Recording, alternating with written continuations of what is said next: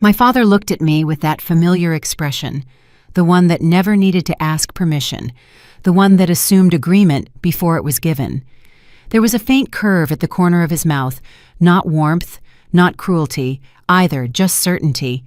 He pointed toward the side of the room where a single chair sat slightly apart from everything else close to the service area, where waiters moved in practiced patterns carrying trays of champagne and appetizers.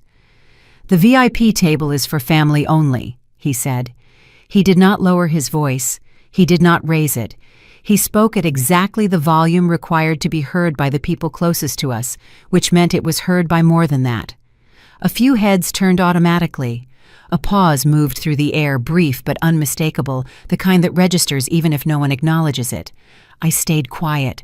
I did not argue.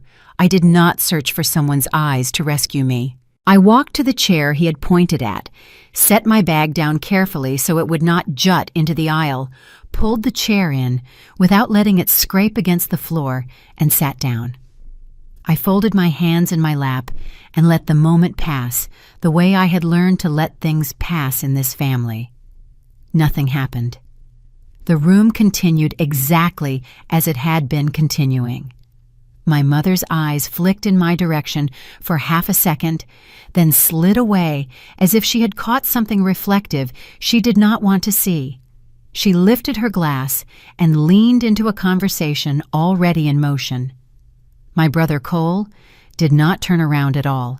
He was standing where the room naturally bent toward him, smiling, nodding, receiving congratulations like they belonged to him by default.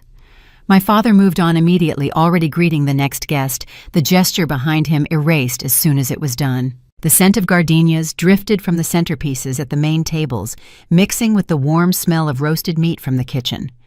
Somewhere a string quartet played something classical that I should have recognized but could not name at that moment. The clink of silverware against porcelain created a rhythm underneath everything steady and indifferent. From where I sat, I could see everything clearly. The VIP table had been draped in cream-colored linen with gold accents. Fresh flowers cascaded from crystal vases. The chairs there were upholstered comfortable, designed for people who were meant to stay. My chair was metal with a thin cushion, the kind venues keep in storage for overflow seating. The kind that says you are present, but not expected to matter. I watched the room settle into itself. The chairs shifted. Voices found their volume. Attention folded inward toward the center, tightening around my family like a fist closing. I became part of the margin. Close enough to see everything, distant enough to be unnecessary. It was a clean arrangement. It required no explanation because no one was going to ask for one. This was my brother's wedding, the wedding I had spent 3 months helping to plan. I had coordinated with the caterer when my mother said she was too busy. I had managed the seating chart when my father said it was too complicated. I had handled the last-minute venue change when Cole said he trusted me to figure it out. Every phone call, every email, every small crisis that threatened to derail this perfect day had passed through my hands before anyone else even knew there was a problem. And now, I was sitting next to the service corridor, watching a waiter pass by with a tray of shrimp cocktails that did not stop at my chair. The toast began near the VIP table. My father stood with his glass raised, his voice carrying that practiced warmth he used for important occasions. He thanked everyone for coming. He praised the bride and groom. He mentioned the vendors, the venue, and the beautiful weather that had cooperated so perfectly. He spoke about family and tradition, and the importance of gathering together to celebrate moments like this. He did not mention me. I listened without reacting, my posture unchanged. The applause rose and fell in coordinated waves. Glasses clinked. People leaned toward one another at the main tables, their bodies angled inward, creating a closed shape that included everyone who mattered and excluded everyone who did not. A server passed nearby carrying a tray of champagne flutes. The tray paused at the VIP table glasses, distributed quickly and efficiently to my parents, my brother, his new wife Savannah, her parents, and the important guests. The server moved on without stopping at my chair. It was not rude. It was just efficient. I had not signaled. I had not interrupted the path. The system was working exactly as designed. I thought about the weeks leading up to this night, how often my phone buzzed with my name attached to the solution. When something needed fixing, I was there. When something needed celebrating, the shape of the room changed. The realization was not new, but sitting here made it impossible to dress up in explanations anymore. My brother laughed at something someone said, the sound bright and easy. He had never had to work for that ease. It had been given to him the same way this wedding had been given to him, the same way attention and forgiveness and second chances had always been given to him. When Cole forgot something, there was always a story ready to explain why it made sense. When I forgot something, explanations were expected, not offered. The music shifted to something slower, more romantic. Couples began moving toward the dance floor. My mother smiled at my father in that practiced way. She had the smile that looked warm from a distance, but meant nothing up close. They joined the other couples moving together in a way that suggested partnership to anyone watching. I knew better. I had watched them my whole life. I knew the difference between performance and truth. Savannah's mother glanced in my direction, once her expression flickering with something that might have been confusion or might have been pity. She turned away quickly, choosing not to know what she had just seen. That was easier. That was always easier. I stayed where I was. There was no heat in it, no rush of humiliation demanding action. The feeling was colder than that, cleaner. The chair had not been an accident. It had not been impulsive. It had been waiting for me long before tonight, built by every moment I had stepped back so someone else could step forward, every time I had swallowed a reaction, so the group could move on, every decision made without me in the room that I had been expected to execute anyway. The understanding settled quietly, the way a fact does when it has been true for a long time and you finally stop arguing with it. The distance between me and the VIP table was not large, maybe 20 feet. But it was firm, it was held. They were together. I was not. No one came to explain. No one apologized. No one checked if I was okay. The absence of those gestures said more than any confrontation could have. They had always decided where I belonged. Tonight they had just made it visible, and they thought this was the end of it. The call came in while I was halfway through dinner at my apartment, my phone buzzing against the table like it always did when something had already gone wrong somewhere. I did not let it ring long enough to feel like a choice. I stepped into the hallway, lowered my voice out of habit, even though no one else was there, and listened, while my mother explained there was an issue with the wedding planning, nothing major, just one of those things. But could I possibly help sort it out before it became a bigger problem? She did not ask if I was free. She did not ask if I wanted to. She just paused in the way that assumed I had already said yes. I said yes, because that was the role I had been practicing for years. The one where I showed up not because I was wanted, but because I was reliable. That was how it usually started. Not with celebration or invitation, but with urgency. Something was late. Someone had not confirmed. A plan needed adjusting. I was the call you made when time was tight and excuses were no longer useful. I did not mind at first. Being needed felt close enough to being included that I did not question the difference. I showed up on time. I followed through. I did not turn small things into conversations. If there was friction, I smoothed it. If there was silence, I filled it. Over time, those traits hardened into expectations. I did not have to be asked anymore. Tasks landed with my name already attached like luggage sent ahead to a destination everyone else was enjoying. The pattern started before I was old enough to recognize it as a pattern. I was 12 years old when my grandmother held her 70th birthday party in the backyard of my parents' house. The afternoon was hot, the kind of Midwestern summer heat that made everything slower and heavier. Cole was supposed to help set up the folding tables, but he had disappeared with his friends to play basketball at the park down the street. My mother sent me to find him, and I walked 3 blocks in the heat, found him laughing with his friends, and told him he needed to come back. He looked at me like I had asked him to solve a complicated math problem. Then he smiled that easy smile of his and said, "Just tell Mom I'm coming. I'll be there in a minute." I went back and told her. She nodded and said I should just help with the tables myself since I was already there. By the time the party started, I had set up all 12 tables arranged, the chairs helped my grandmother into her special seat, and fetched ice from the neighbor's freezer twice because we had run out. Cole arrived 20 minutes after the guests freshly showered, and my grandmother hugged him like he had just returned from war. Nobody mentioned the tables. Nobody mentioned the ice. My father clapped Cole on the shoulder and said, "There's my boy."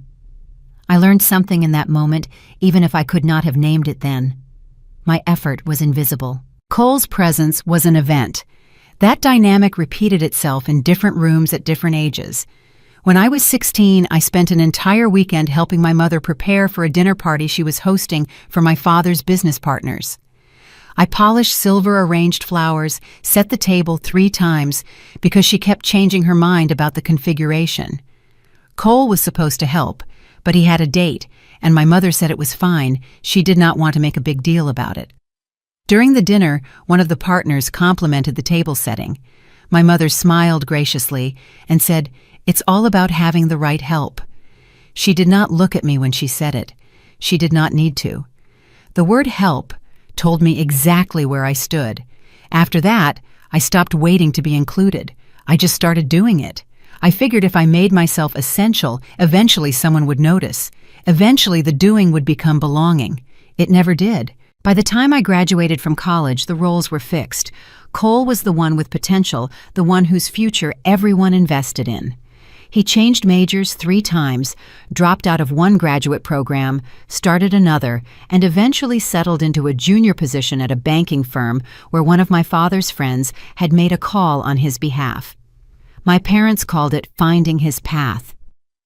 When I graduated summa cum laude with a degree in business administration and took an entry-level position at an investment fund to build my own career without their help, my father said it was good I was being practical. Practical, like ambition was something I should apologize for. The wedding preparations followed the same script. What started as, "Can you help with a few things?" became, "Clara will handle it," without anyone noticing the transition. I coordinated vendors, managed budgets, negotiated contracts. I spent hours on the phone smoothing over misunderstandings between my mother and Savannah's mother about the guest list. I rewrote the seating chart 4 times because my father kept adding people he had forgotten to mention. 3 weeks before the wedding, the original venue flooded. Water damage insurance claims, months of repairs needed. My mother called me crying at 11 o'clock at night saying everything was ruined. I spent the next 72 hours finding a new venue, renegotiating contracts, adjusting timelines, and coordinating with every vendor to make the transition seamless. I slept maybe 6 hours total during those 3 days. When my father announced the venue change to the rest of the family, he framed it as a fortunate upgrade. "We got lucky," he said. "The new place is even better." He did not mention how the luck had happened. He did not mention me at all.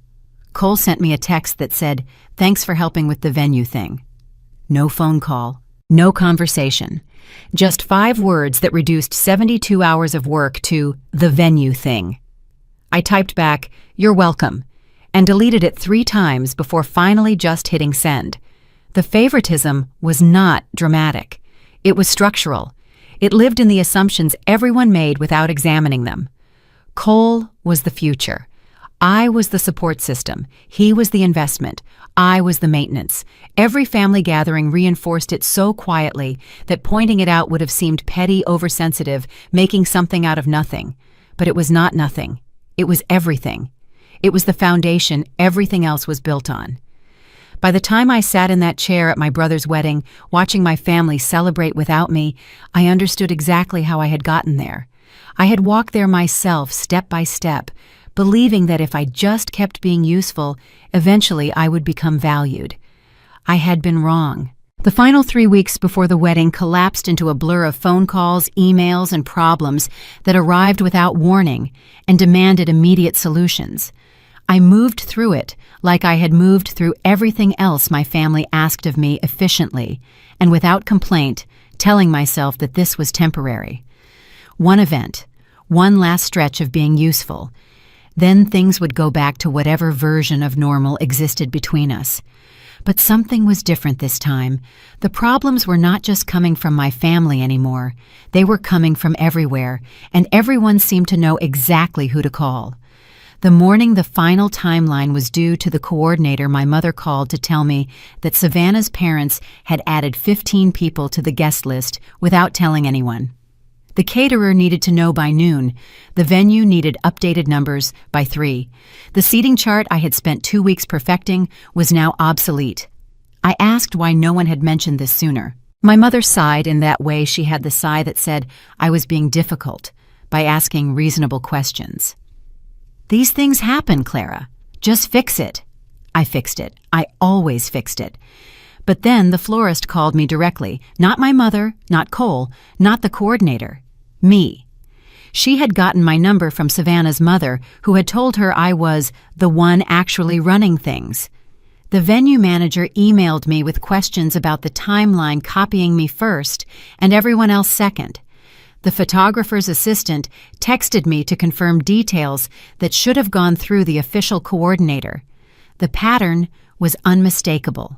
Somewhere along the way, my role had been communicated to the entire network of people involved in this wedding, not as the sister of the groom, not as a member of the family, as the person who handled things, the logistics person, the one you contact when you need something done.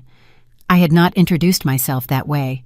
I had not asked to be the point of contact, but somehow that was what I had become in everyone's mind. The week before the wedding, I met Savannah for what was supposed to be a simple lunch to go over final details.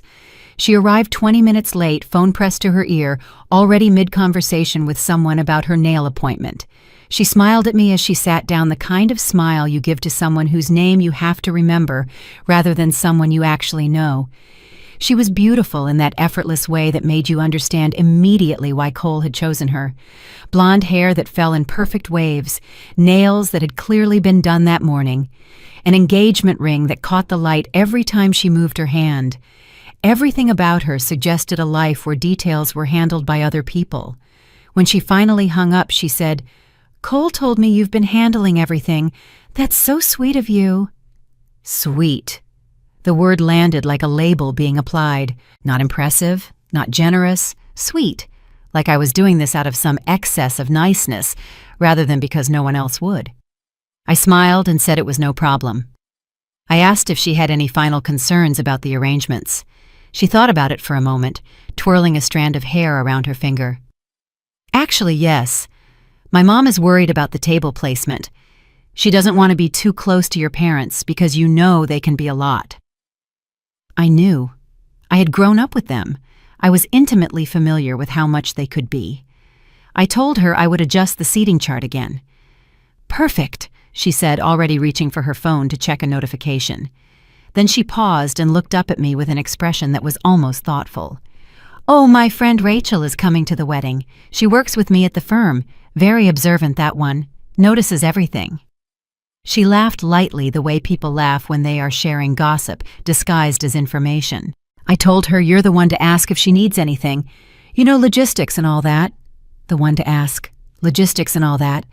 I watched her scan the menu without reading it, watched her tap her perfect nails against the table, and I understood something I had not understood before. This was not just my family. This was the story they had told about me. The story that had traveled beyond our house, beyond our dinners, into the world Savannah inhabited.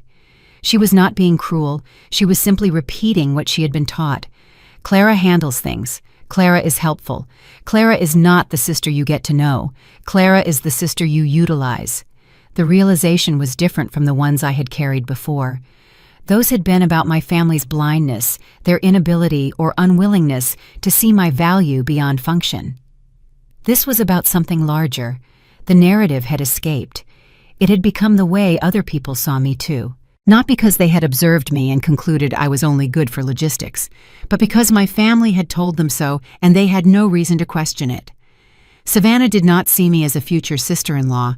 She saw me as a high-quality vendor who happened to share DNA with her husband. Someone to be appreciated the way you appreciate a good caterer or a reliable florist. Politely, distantly, with the understanding that the relationship was transactional. I smiled and said I would be happy to help her friend Rachel with anything she needed. "You're so good at this," Savannah said, already looking at her phone again. "Cole always says you're the reliable one." The reliable one, not the smart one, not the successful one, not the one with her own life and career and ambitions. The reliable one. the one who could be counted on to show up and fix things and never make a fuss about it. I wondered how many conversations had happened about me that I had never heard. How many times my family had described me to others in exactly these terms. How many people at this wedding would arrive already knowing that Clara was the one handling logistics before they ever learned anything else about me? The lunch ended with Savannah air-kissing my cheek and promising to see me at the rehearsal dinner. She walked out of the restaurant without looking back, phone already at her ear, moving on to the next thing on her list. I sat there for a few minutes longer, staring at the check she had not offered to split, understanding that the story of who I was had been written without my input and distributed without my knowledge. The rehearsal dinner happened 2 nights before the wedding at a restaurant my father had chosen because one of his business associates owned it. The private room was elegant candles everywhere, white tablecloths, wine that cost more per bottle than I spent on groceries in a month. I arrived early to make sure everything was set up correctly. I checked the place cards, confirmed the menu with the kitchen, and made sure the flowers matched the ones we had ordered. The restaurant manager greeted me by name, even though we had never met in person. He had been told I was the contact. He had been told to direct all questions to me. He treated me with the professional courtesy you extend to a wedding planner, not a family member. By the time the family started arriving, I was already tired, but no one would have known it from looking at me. I had learned a long time ago how to be tired without showing it.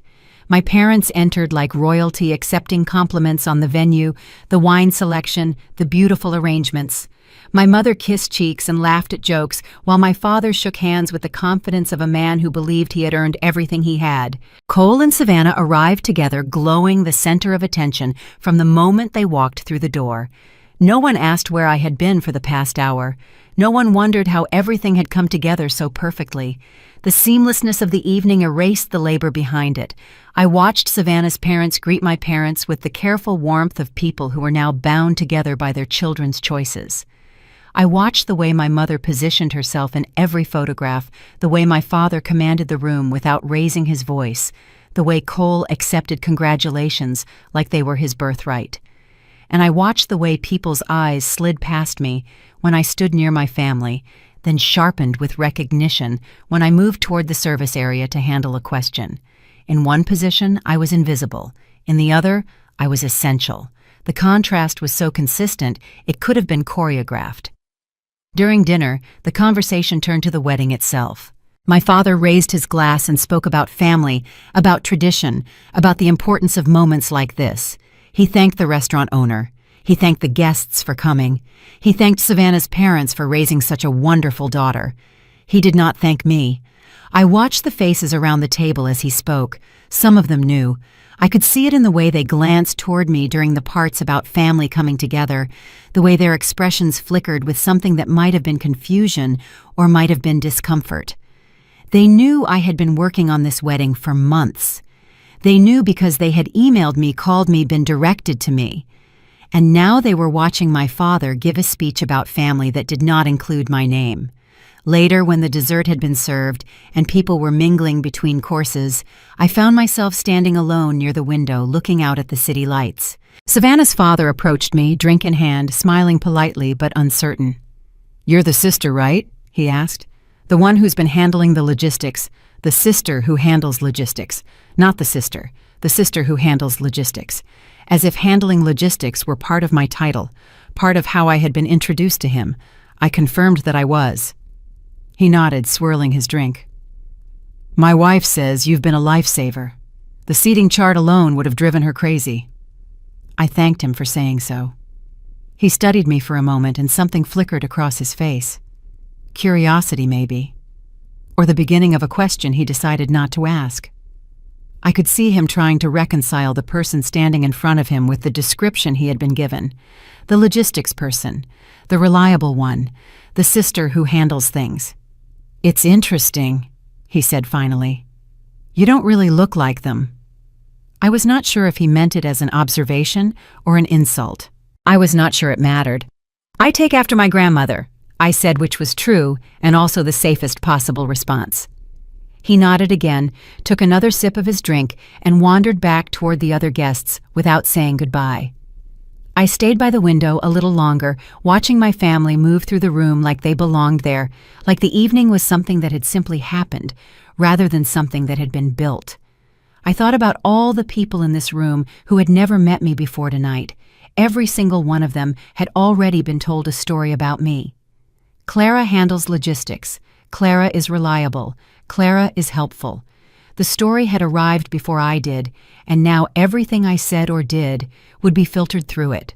I was not a person to be discovered. I was a function to be confirmed. The scope of what I was facing settled into my chest like a weight. This was not just about my family failing to see me. This was about an entire narrative that had been constructed and distributed without my consent. Changing how my family saw me would require changing how they talked about me, and changing how they talked about me would require them to admit that the way they had been talking about me was wrong. That was never going to happen. The day of the wedding arrived with perfect weather exactly as everyone had hoped. I woke up at 5 in the morning to start the final coordination. By 7, I was at the venue meeting with the setup team, confirming timelines, solving the first small crisis of the day when one of the flower deliveries was delayed. The venue coordinator greeted me like a colleague. The caterer asked for my approval on the table settings. The photographer's assistant confirmed the timeline with me before checking with anyone else. Everyone knew their contact. Everyone knew who was actually in charge. By the time my family arrived around noon, everything was already in place. The chairs were arranged perfectly. The flowers were beautiful. The timeline was running exactly as planned. I watched them enter the space I had created for them, watched them admire it without seeing me, and I felt something shift inside me. Not anger, not sadness, something colder. The recognition that I was standing inside a story I had never agreed to tell. My mother floated through the venue, touching flower arrangements and nodding approvingly, as if she had selected them herself. My father spoke to the venue manager with the authority of someone who had made all the decisions. Cole posed for photographs, with Savannah relaxed and happy, unburdened by any of the details that had made this day possible. And everyone they encountered already knew the story. Clara handles logistics. Clara is the reliable one.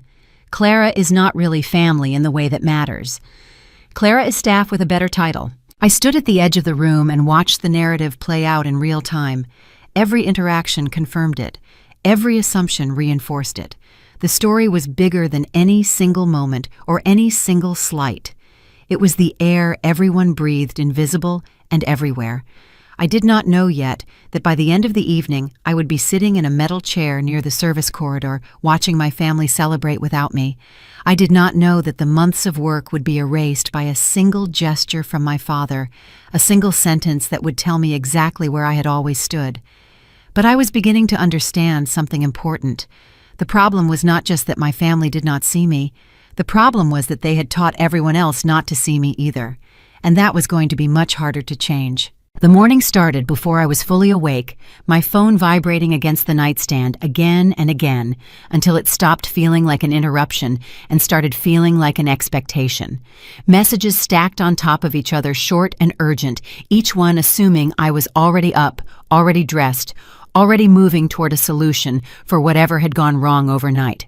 I checked the first message, a timing change for the ceremony. The officiant had a conflict and needed to start 30 minutes earlier than planned.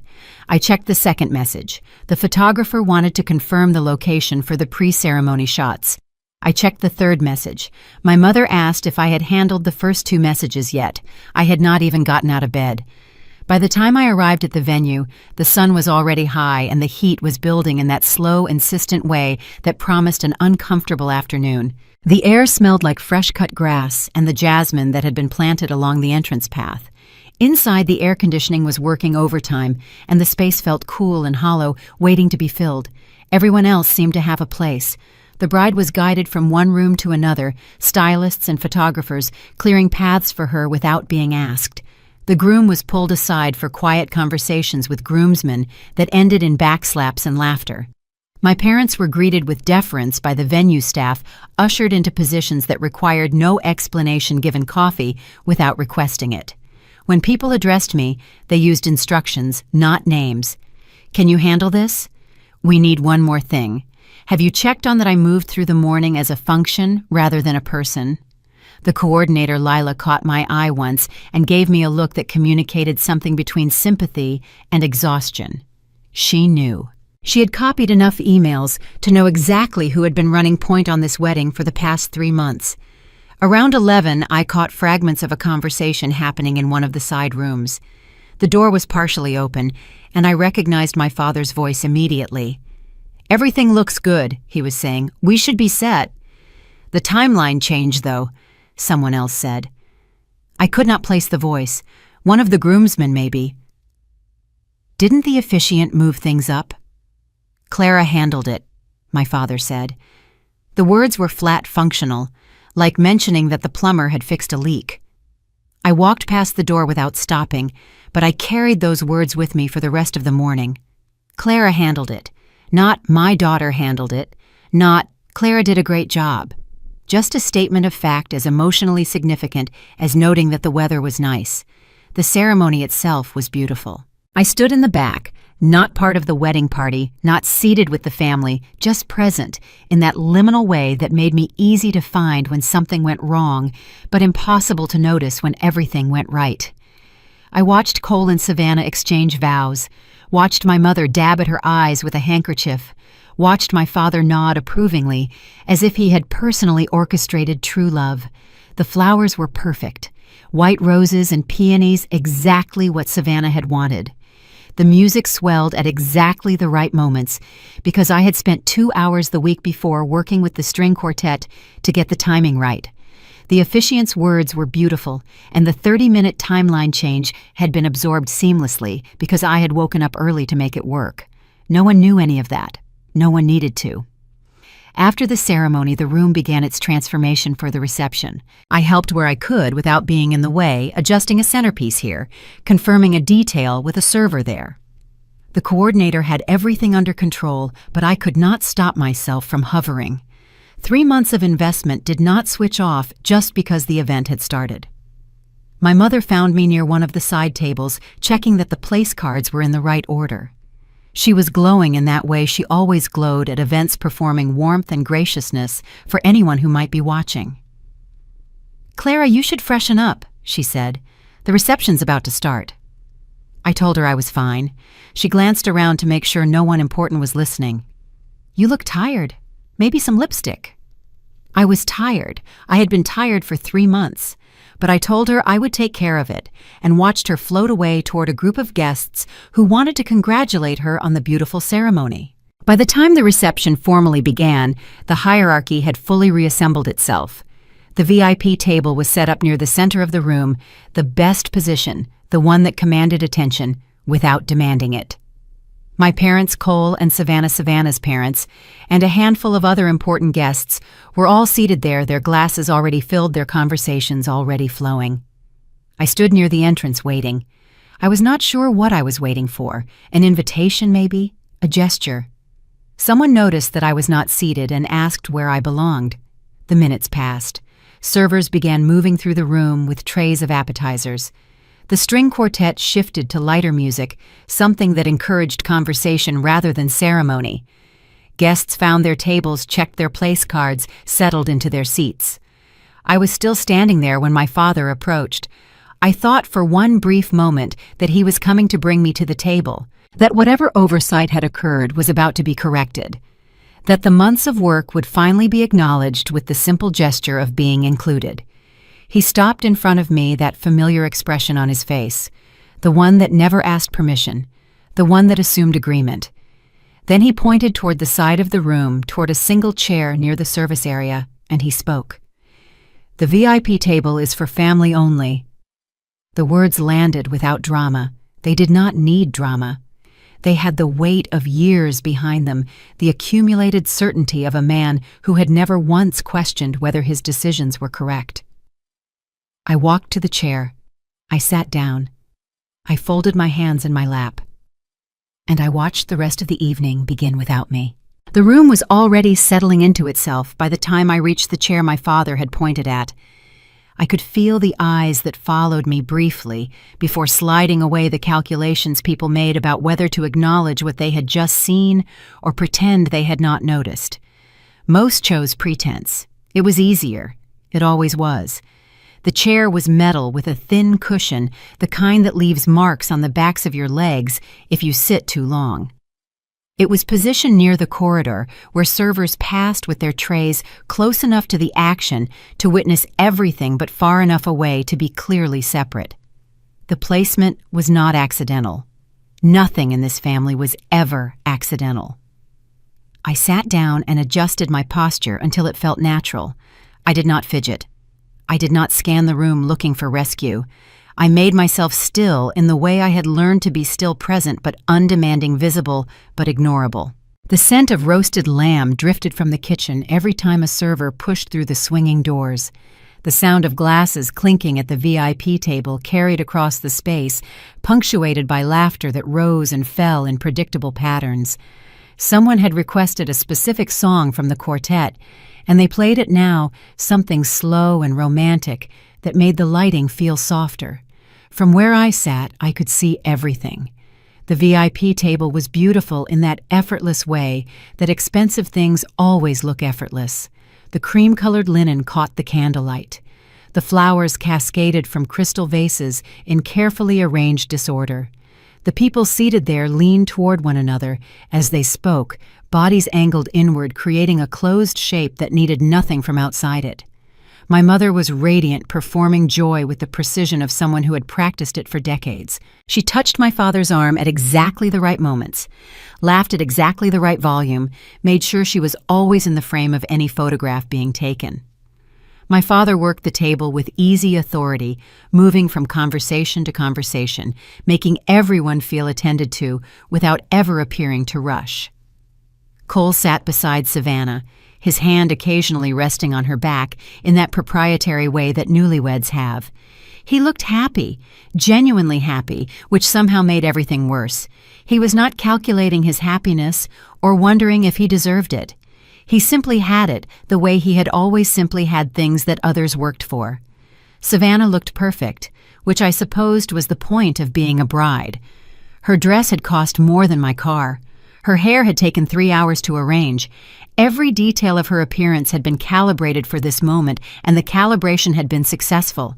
She glanced around the room occasionally, with the slightly bewildered expression of someone receiving more attention than they know what to do with.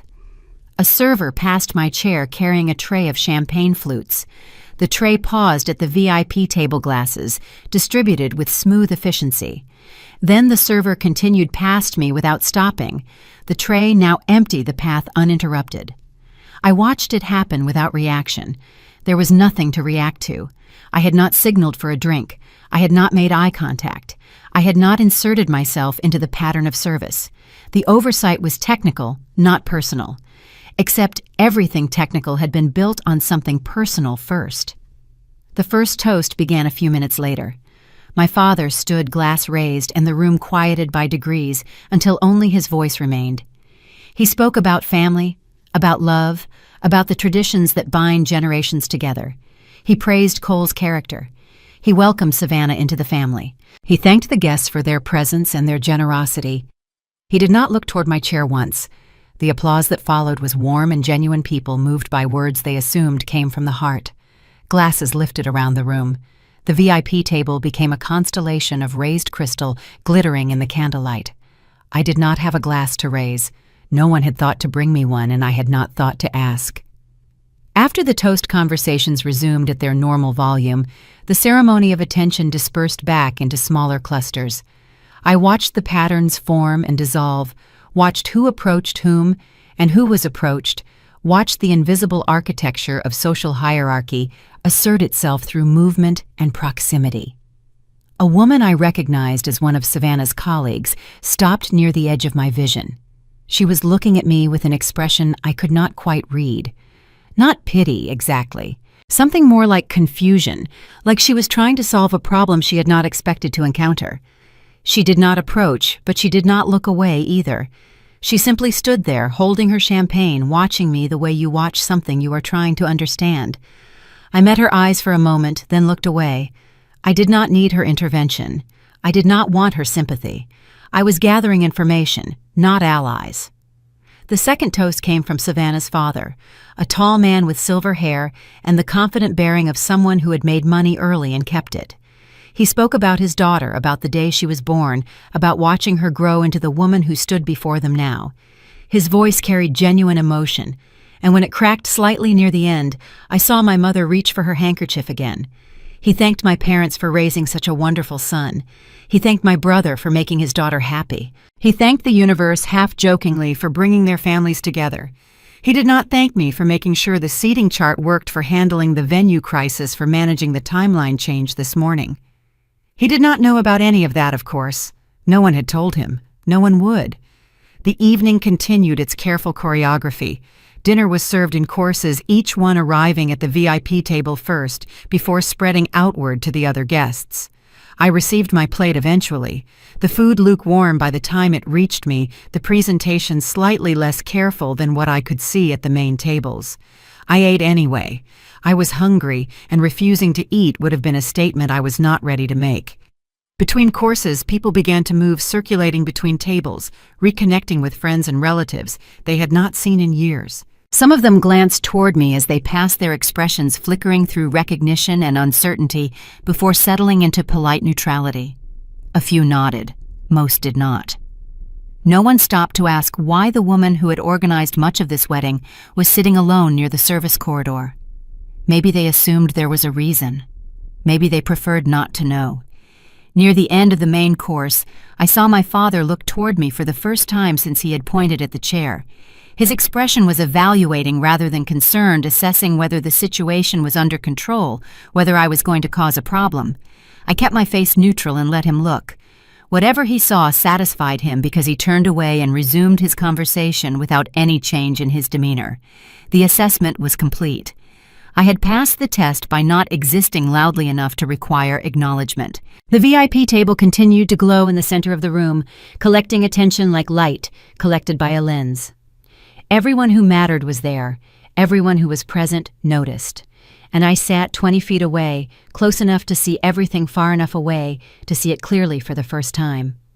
They thought this was the end of something. They thought my silence was compliance. They thought the chair they had chosen for me would hold me exactly where they wanted me to stay. They were wrong. The reception kept moving as if nothing had shifted, music swelling and dipping on schedule, laughter rolling across the room, servers threading between tables with trays held steady. But the timing underneath had started to loosen in ways that only certain people would notice. I noticed. The transition to the cake cutting was supposed to happen at 8:15. The coordinator had the timeline printed on a laminated card she carried in her pocket. The photographer was positioned and ready. The baker's assistant was standing by with the ceremonial knife. But the MC had not made the announcement.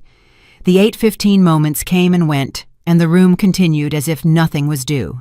Lila scanned the space, her expression professional, but her eyes moving faster than they should have been. She was looking for someone. I knew exactly who. Her gaze passed over the VIP table, landed on me for half a second, then flicked away. I saw the moment she remembered the new arrangement, the moment she chose not to cross the room to my chair. She approached Cole instead, leaning down to whisper something near his ear. He nodded without really listening, his attention still on the guest he had been speaking with. Lila waited. Cole continued his conversation. She waited longer.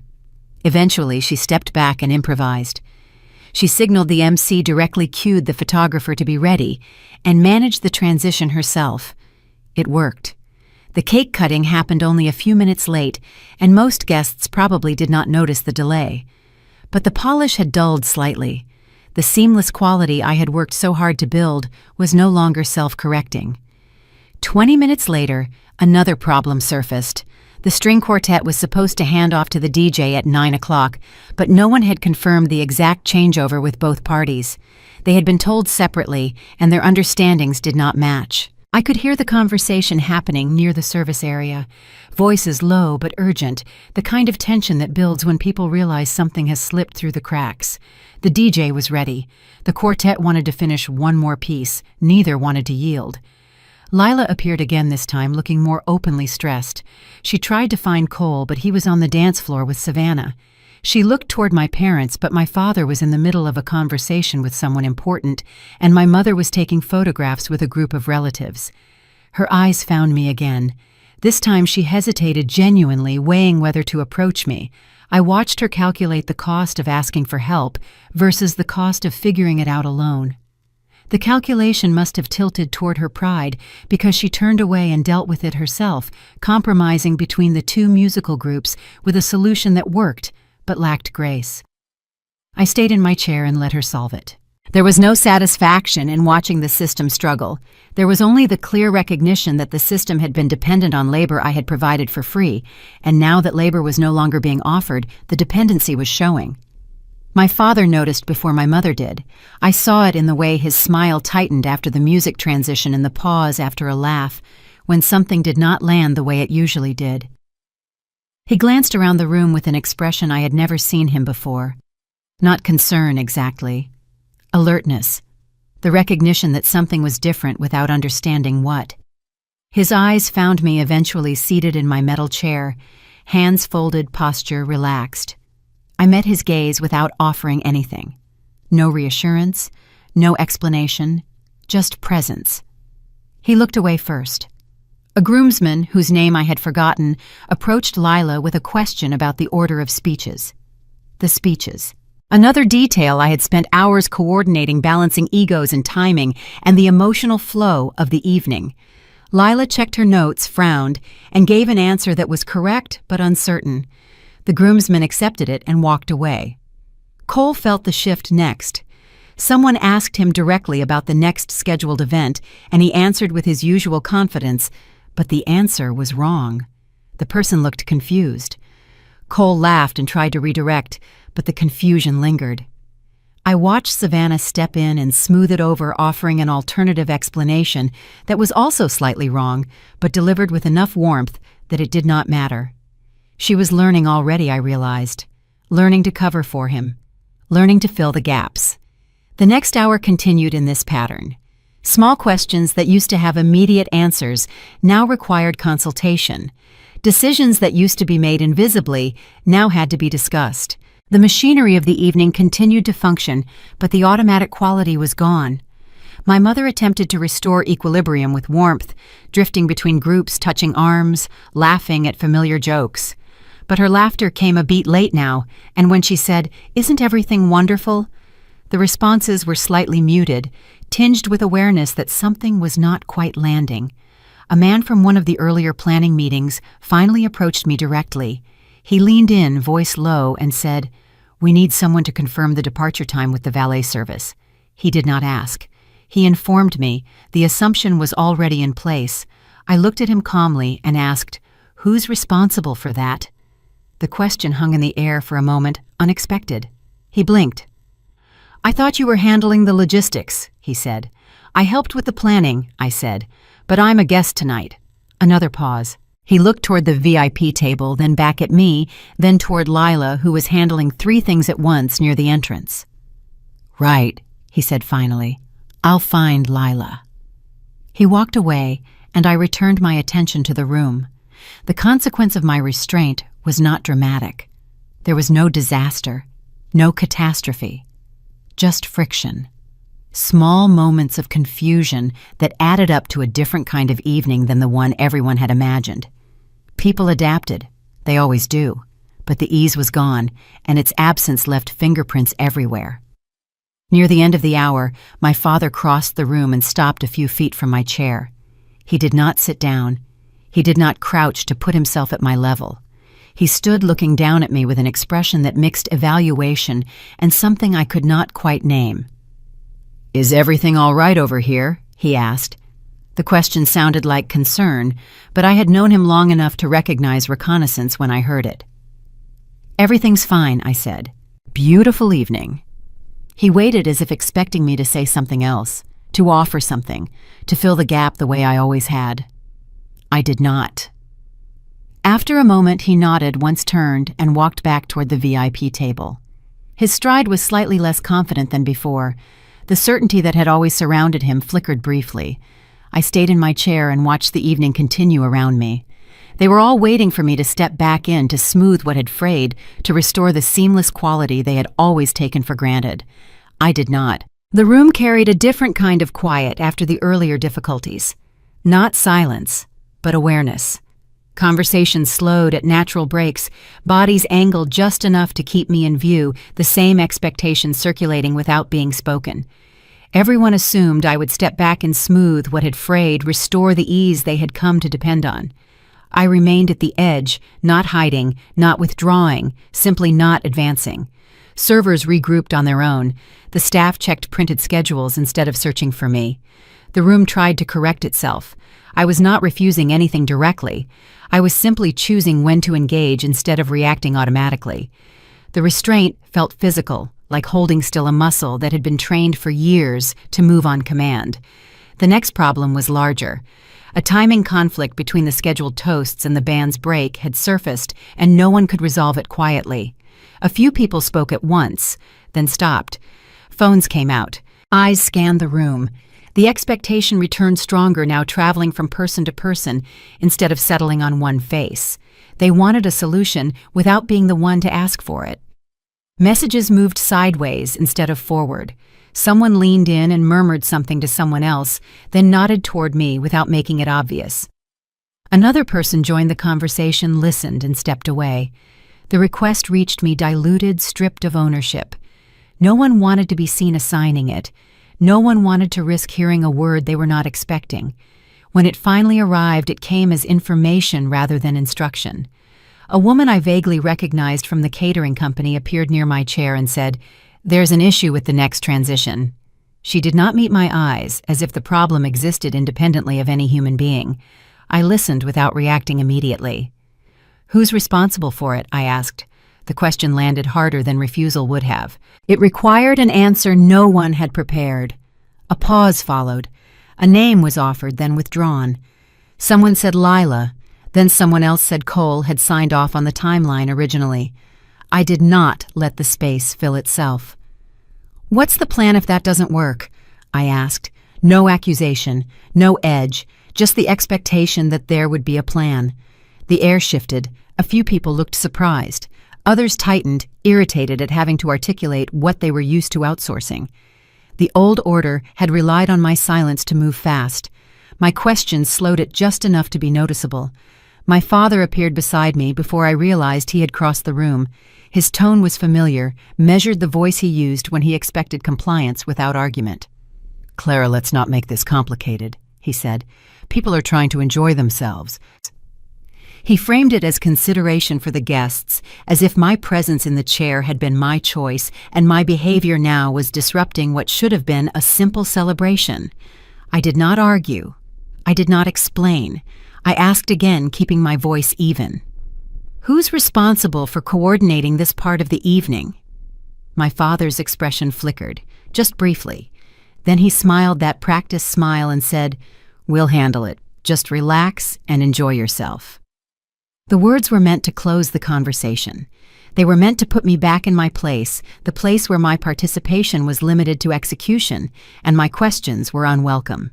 I nodded once and said nothing else. He waited a moment, uncertain whether he had won the exchange, then turned and walked back toward the VIP table. I watched him intercept Lila, watched him say something to her with his hand on her shoulder, watched her nod and move toward the source of the conflict. The solution came together eventually. The timing issue was resolved by cutting the band's break short and shifting one of the toasts to later in the evening. It worked, but it was visible. People had to adjust. The seamless quality everyone expected had been replaced by something rougher, more human. That was when my brother was drawn into a conversation he had not prepared for. A guest, one of Savannah's relatives, approached Cole with a question about the photographer's schedule for the after-party. Simple enough, except Cole did not know the answer.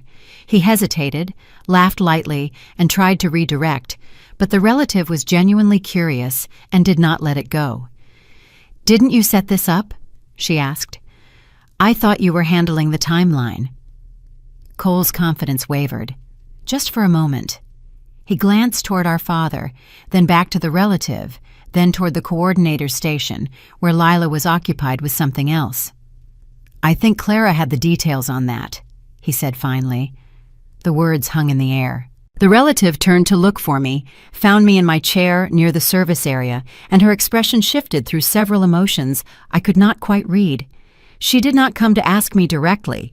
She simply turned back to Cole and said, "I'll check with the photographer myself." Cole nodded relieved, and the moment passed. But something had been exposed. The center was not as self-sufficient as it appeared. The authority that had always surrounded my brother relied on scaffolding that was not currently in place.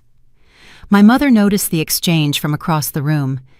I saw her eyes move between Cole and me, calculating something, then settling into that smooth expression that meant she had decided to address it later. I stayed where I was, not central, not hidden. People came to me with practical questions. I answered them briefly and accurately, without volunteering anything beyond what was asked. Others passed with nods that acknowledged competence rather than obligation. The room began to reorganize itself around function instead of status, and no one announced it because no one needed to. When my father passed me again later, our eyes met briefly. There was no anger there, just recognition. The rules he had relied on were shifting in front of witnesses. By the time the next song began, the transformation was quietly underway. To anyone not paying attention, the party looked the same. To those who were watching, the hierarchy had begun to wobble. I did not feel like I had won anything. What I felt was alignment. The relief of no longer carrying the expectation alone. And they still did not understand what that meant. I stepped away from the reception with a purpose that had nothing to do with escaping. The coordinator needed confirmation on the cake timing, and I wanted to make sure the photographer's cue was still aligned with the band's next break. Practical things, small things, the kind of details that used to pull me automatically. This time I moved toward them without urgency, no guilt, no rush. I cut through a side hallway, checked the email thread I had created weeks earlier to keep vendors from colliding, and listened to the muted hum of the party behind me. The air was cooler here, away from the crowd. I could smell the cleaning supplies stored in a closet nearby, the faint chlorine from the venue's pool on the other side of the building. Then I heard my father's voice close enough to be unguarded. "We just need to keep it simple." My mother answered immediately, her tone low but settled. "Exactly. No drama. Not tonight." I slowed without deciding to. It was not what they said at first. It was how easily they said it, the way they spoke about the evening, like a system they were managing rather than a celebration unfolding. I stopped near the corner where people usually paused to adjust shoes or fix their hair. I stayed still because my body understood before my mind did. If I moved, I would announce myself. If I stayed, they would keep talking. "She's been on a short leash all day, and it's worked," my father said. "The second she's near the main table, people start asking her questions. And then she starts answering," my mother added. "It's not that she's trying to show off," he continued. "She just fills the gaps." He said my name without inflection. "Clara does what Clara does," my brother joined in. "I told you, it's better this way. Savannah doesn't need her fielding things at our table. It looks weird. You don't want your sister answering vendor questions while your wife's trying to enjoy herself," my father said. "And we don't need Clara feeling entitled," my mother said. That word landed cleanly. Entitled, not hurt, not excluded, entitled. As if a seat at the family table were something you earned through good behavior, rather than something you were born into. "She'll understand," my father said without hesitation. "She always does," my mother replied. "That's why this works," he continued. "She doesn't make a scene." "If she was going to," my brother said, "she would have already." "She won't," my father said. "She's too responsible." The word sounded like a tool, like a lever they had learned to pull. "It's one night," my mother said. "And if she makes it about herself," my father asked. "Then we keep her busy," my brother replied. "She's useful when she's occupied." Useful. "That's the point," my father said. "We don't give her a place where she can be seen. We give her a place where she can't interrupt." "And she won't say anything," my mother added. "She won't want to ruin it." I kept my eyes on my phone screen, dimmed, an unread email open. What rose in me was not anger. It was clear. The chair had not been a lapse in judgment. It had not been an oversight. It had been placed, Designed. The same way the lighting was designed, the same way the seating chart was designed. I was a variable in their calculations, one they had learned to control. People are already asking who did what, my father said. We just keep the narrative clean. Savannah's dad asked about the schedule change, my brother said. We say it was the coordinator's call, my mother replied. No need to say Clara handled it. We didn't lean on her, my father said. She offered. That was not true. The ease with which he rewrote reality told me everything I needed to know. If her parents think she ran half the day, my brother said, they'll think we're incompetent. We're not, my father replied. We're celebrating. Clara's just backstage. Their footsteps shifted. They were heading back toward the reception. I stayed still until they passed, until the hallway swallowed their voices. My father said one last thing, quieter but certain. She'll understand. She always has. They left the sentence behind like a smell you could not ignore. I did not need to interpret it. They had handed me the blueprint. When their footsteps were gone, I breathed. One long breath, then another. Then I turned back toward the coordinator's station phone, still in my hand. Cake at 9:15, I said evenly.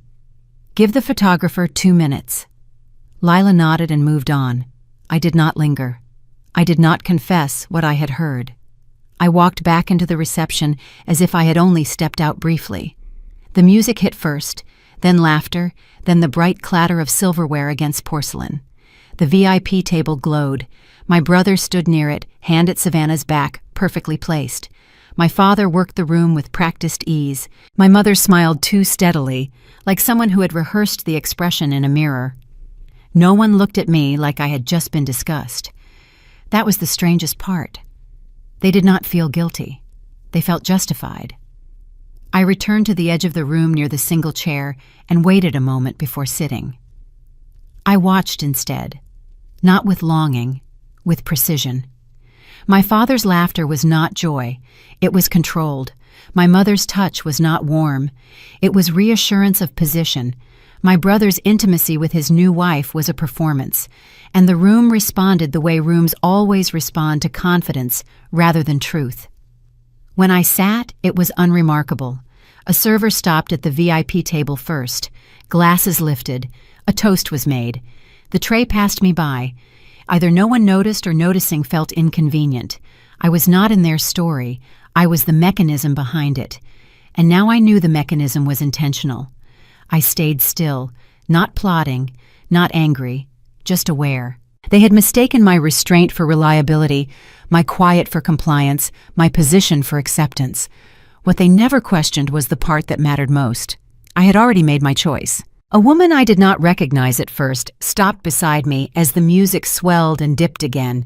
She had been hovering near the edge of the room for a while, a champagne flute in her hand that she did not seem to be drinking from. Are you okay? The question was not urgent, not theatrical, just enough to leave space for a real answer. I placed her as one of Savannah's colleagues, someone I had been introduced to earlier and then absorbed into the blur of faces and congratulations. She had short dark hair and earrings that caught the light when she moved her head. Her expression was direct without being aggressive. I nodded once out of habit. She did not take it as closure. I saw what happened, she said. No glance around to make sure no one was listening. No lowering her voice further. That wasn't right. I did not explain. I did not minimize. I did not rush to protect anyone's comfort. I let the sentence sit between us. She was not asking for context. She was not waiting to be convinced. She had already seen enough to decide what she thought. The relief that followed was not emotional. It was structural, like setting something down that had been occupying both hands without you noticing the strain. She stayed beside me a moment longer than politeness required, then said, "If you need anything, let me know," and returned to the crowd. As she merged back into the room, I noticed something shifting in small ways.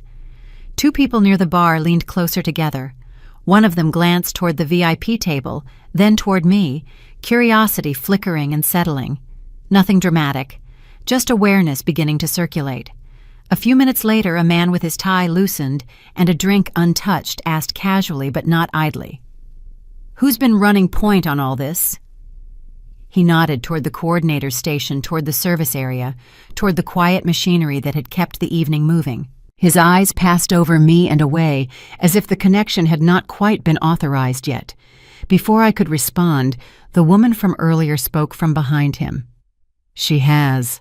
The man turned back to me, eyebrows lifting. Not impressed exactly, recalibrating. "Oh," he said. "Got it." He did not ask follow-up questions. He did not demand credentials. He adjusted his understanding and moved on. That was how it began. Not with confrontation, not with speeches, with small corrections passed between people who had nothing invested in maintaining my family's version of events. My father noticed before my mother did. I saw it in the way his smile tightened as he scanned the room in the pause after a laugh when the response did not land the way it usually did. He caught the tail end of a look that was not deferential, a glance that held assessment instead of admiration, and his eyes flicked toward me again. This time, there was uncertainty there, faint but unmistakable.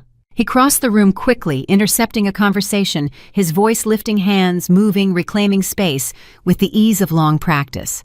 People smiled, they nodded, but they did not lean in the same way. The rhythm had changed. My brother felt it next. Someone asked him a question that required specifics, nothing pointed, just practical. He answered the first part easily, then hesitated. He laughed lightly and tried to redirect, but the person asking waited. The pause stretched.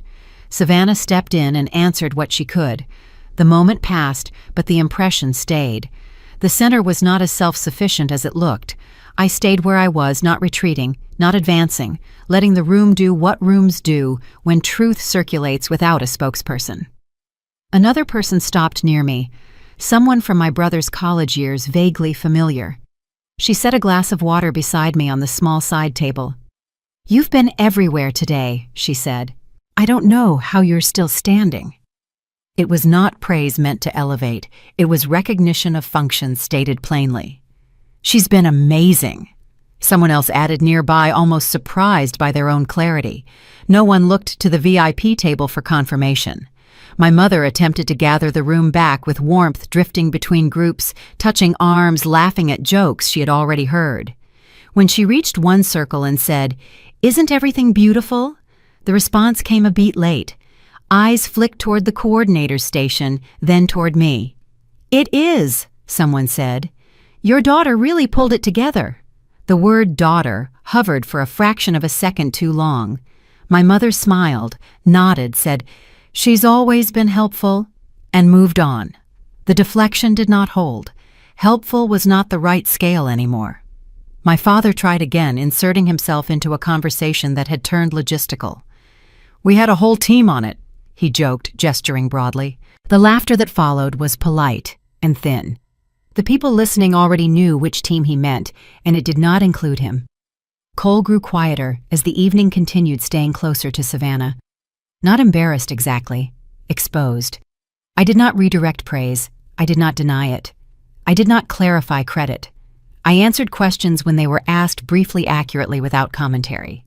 Each answer settled something for the person asking, and each settlement loosened my family's grip on the narrative. When my father finally approached me again, it was not with authority, it was with caution. "Everything okay over here?" he asked, concern shaped like reconnaissance. "All good," I said. And it was true in a way he could not access. He nodded, searching my face for leverage that was not there, then turned back toward the room. His movements felt reactive now, not directive. Nothing dramatic happened. No scene, no reckoning. The party continued, but the axis had shifted. The VIP table no longer pulled the room by default. Conversations branched elsewhere. Laughter sparked in corners that did not require approval. People sought out whoever could answer the question in front of them, not whoever looked best answering it. The loneliness I had carried earlier thinned into something sturdier, being seen without being recruited. I did not need defenders. I needed witnesses.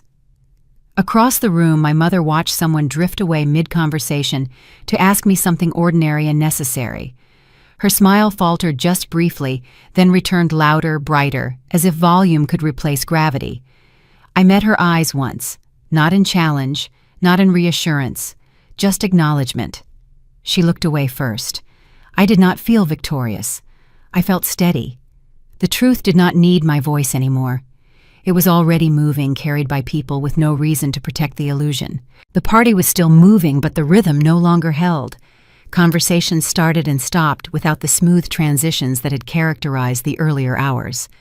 Laughter arrived a beat late, as if people were checking with each other before committing to enjoyment. The center of the room loosened, and the VIP table stopped pulling attention by default. I noticed it in the way people stood, half turned toward one another instead of fully oriented toward my parents, small groups forming without checking where the gravity used to be. The room was not silent. It was listening differently. The question that brought everything into the open came without force. A man I had seen once that day, one of Savannah's uncles, waited for a natural pause in the conversation near the bar and asked, "So who decided how all of this was put together?" He smiled pleasantly. He was not confronting anyone. He was simply curious. My father stepped in immediately, his voice smooth and familiar. He spoke about teamwork, about collaboration, about how events like this always came together when families worked as one. He spread credit carefully, gesturing without landing anywhere specific. People nodded out of habit. A few did not. The answer sounded complete until it was not, until it failed to match what the room had already observed. Someone followed up gently about the timing change from the ceremony. My father answered again, referencing a decision that had not been his. A flicker crossed a couple of faces. Nothing dramatic, just recalibration. Then the woman who had spoken to me earlier leaned forward slightly and asked, "So who finalized that call?" Her tone was calm, neutral, almost inviting. The politeness sharpened the moment more than accusation ever could have. My brother shifted beside Savannah. He glanced at my father, then back at the woman. He started to answer, stopped, laughed lightly, and said something vague about the whole thing being a team effort. The room waited, not impatiently, expectantly. When my father stepped in to elaborate, his response overlapped with Cole's final words by half a second. That overlap mattered. It revealed the choreography. It showed that they were performing rather than remembering. Someone said my name, not loudly, not as an accusation, just clearly. She handled that part right. I did not step forward. I did not offer context or deflection. I answered with precision. Yes. I named exactly what I had handled and what I had not. No commentary, no correction of anyone else's version, just facts. The silence that followed was not awkward. It was decisive. People adjusted their understanding without needing it explained. No one rushed to smooth the moment. The room did not need guidance anymore. It had found a new reference point. My father tried to re-enter the conversation with a joke meant to restore ease, something about how every family had its secret weapons. It did not land. A couple of people smiled politely and turned away, continuing a conversation that no longer required him.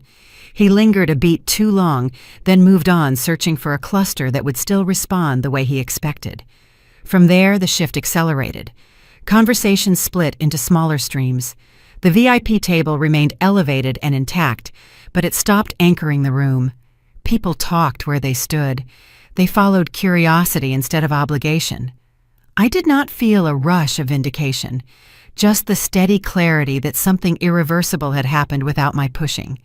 Authority that relies on performance falters when the audience learns to look elsewhere.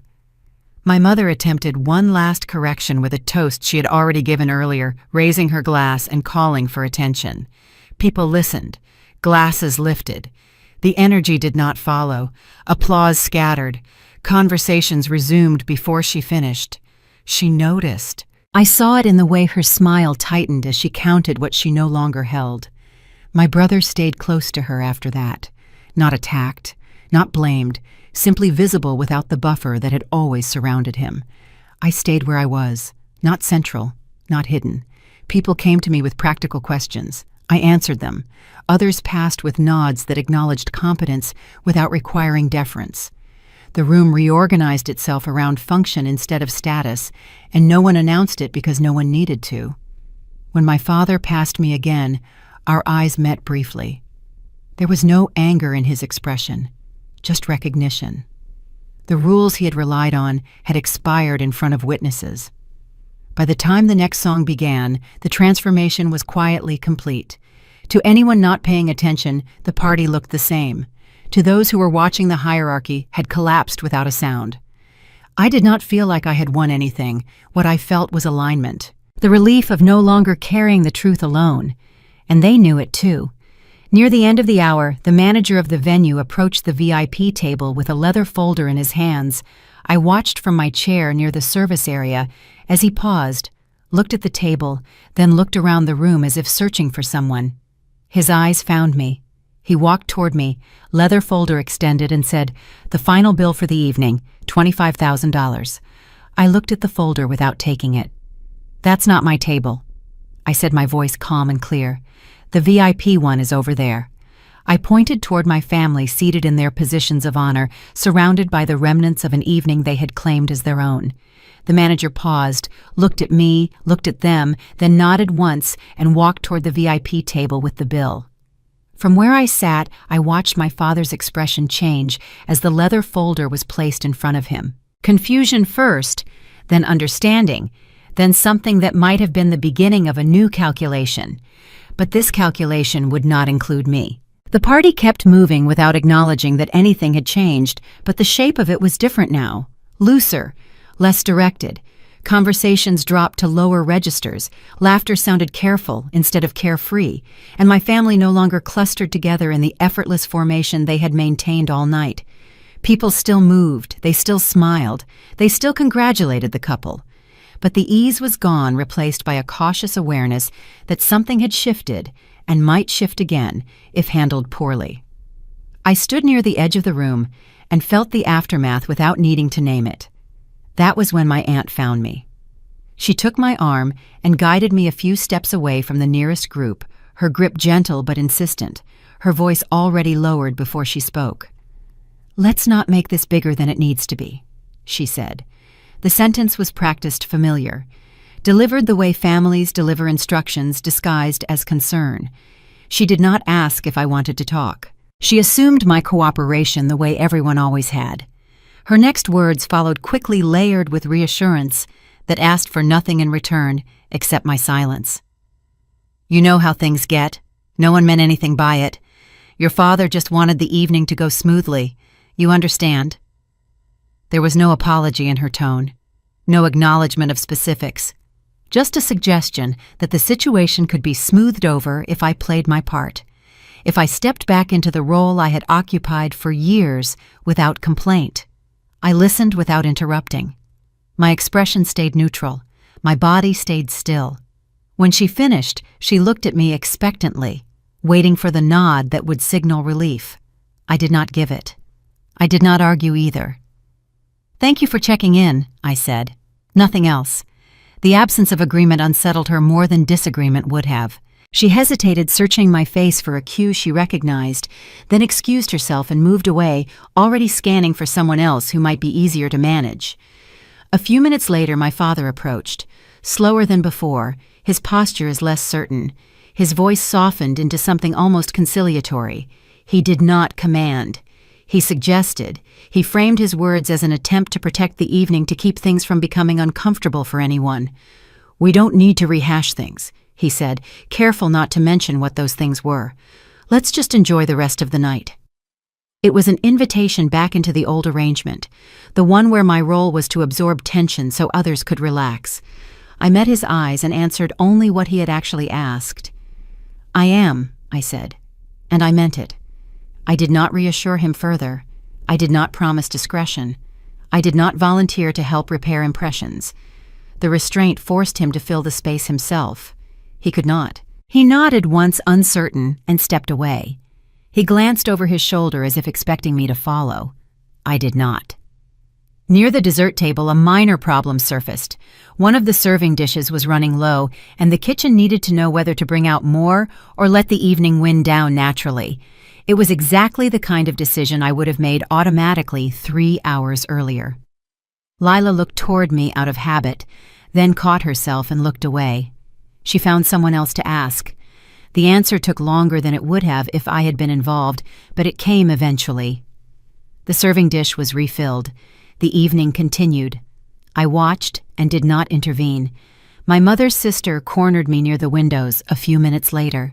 She spoke in that hushed, urgent tone that people use when they want to seem like they are helping while actually managing.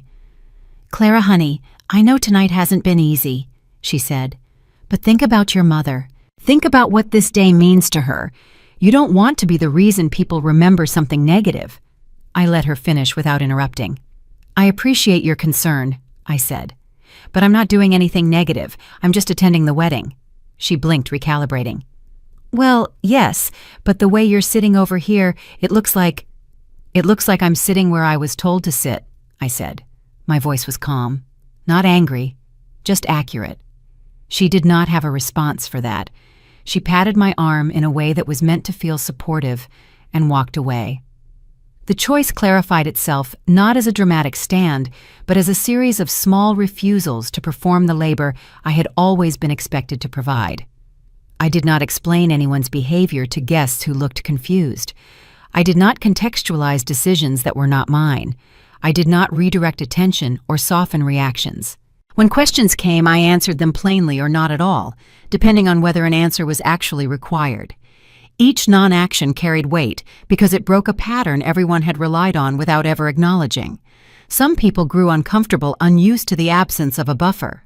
Others adjusted quickly, relieved to navigate the situation without the pressure to pretend everything was fine. My brother felt it more than anyone. Someone asked him directly about a vendor payment that needed to be confirmed before the evening ended. Without me stepping in to translate or mitigate, he had to answer for himself. He stumbled, recovered, stumbled again. No one mocked him. No one attacked. They simply waited, and the waiting did the work. He glanced toward our parents out of habit, but they did not intervene.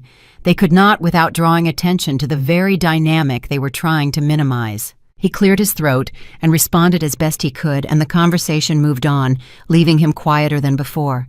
It was the first time I had seen him carry the weight of his own choices without a safety net. The sight was strangely grounding. I did not stay to watch every consequence unfold.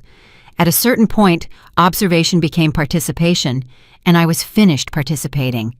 I stepped away from the main area, not hurried, not apologetic, moving with the same calm I had maintained all evening.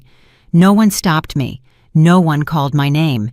A few people noticed my movement and then returned to their conversations, unsure whether my departure signaled something they were expected to respond to. It did not. The power of the moment came from its ordinariness, from the fact that I could leave without asking permission and without creating a scene. Behind me, the room continued to adjust.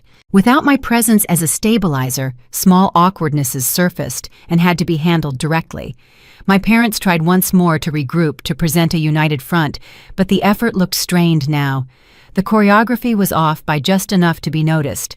Guests gravitated toward easier conversations, away from anything that felt managed.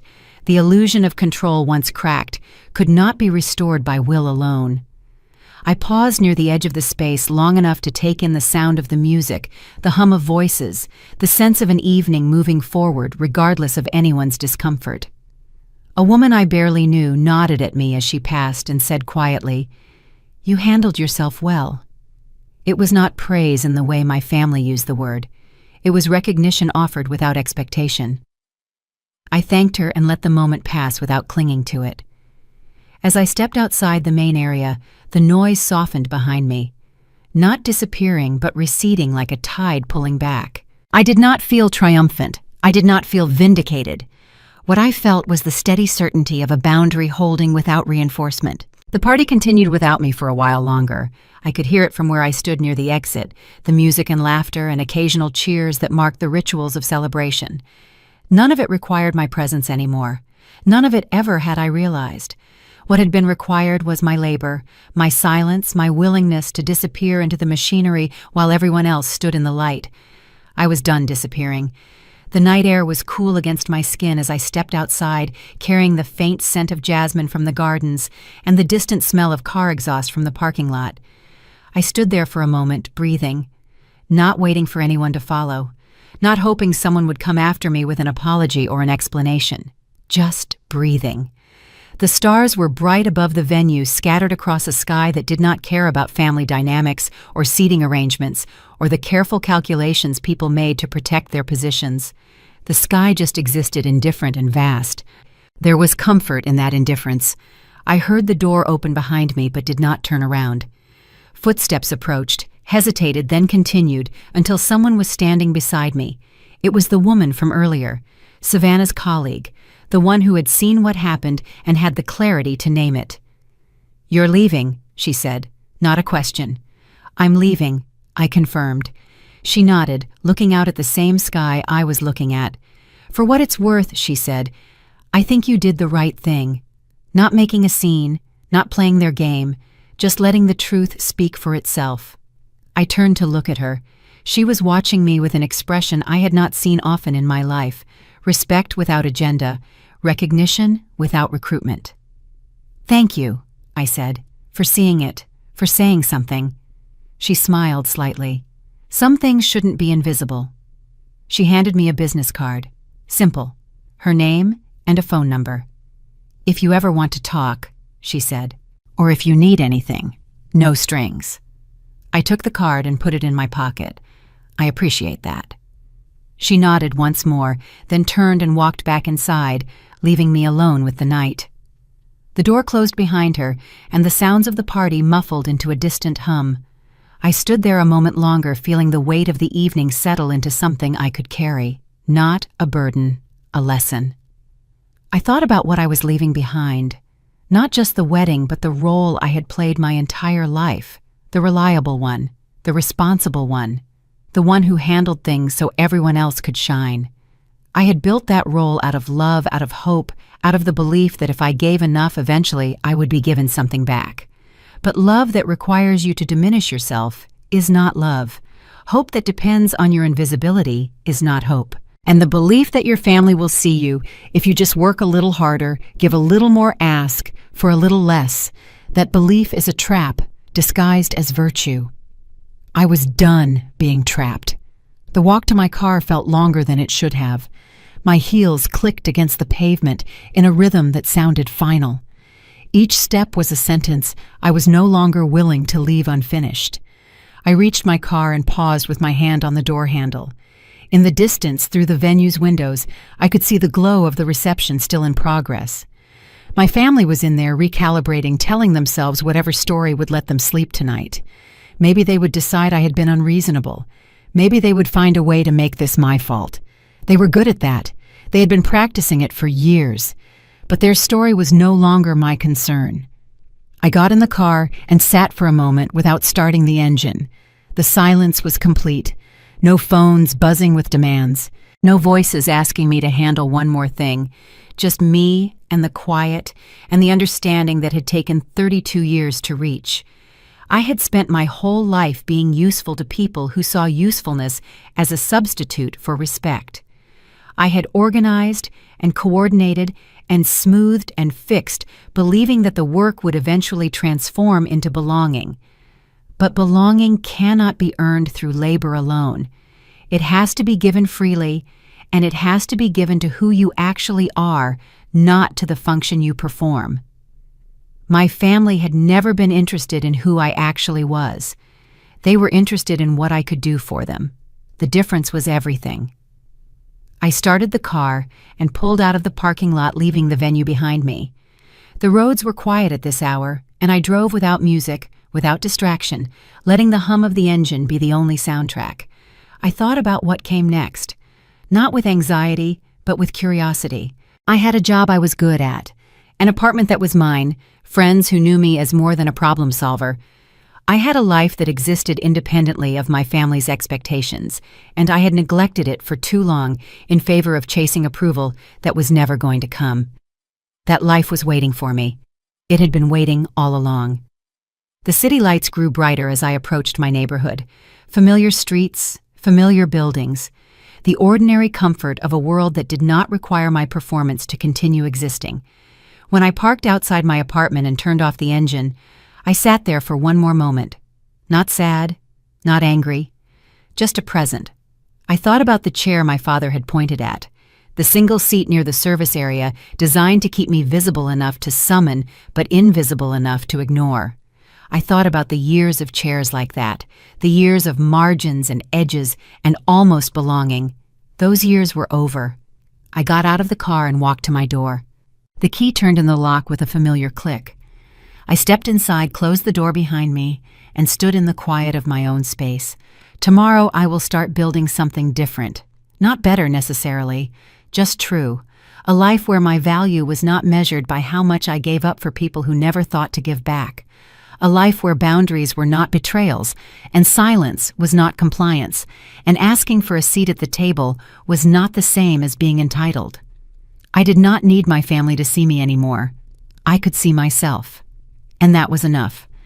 If you have ever been expected to stay quiet just to keep the peace, if you have ever been the one who handled everything while everyone else took the credit, if you have ever sat in a chair someone else chose for you and wondered when you would be allowed to stand, I want you to know something. You are allowed to stand right now. You are allowed to walk away from tables that were never meant to include you. You are allowed to build your own table with your own chairs and invite people who see you for who you actually are. It is not too late. It is never too late. And it starts with the simple, radical act of refusing to be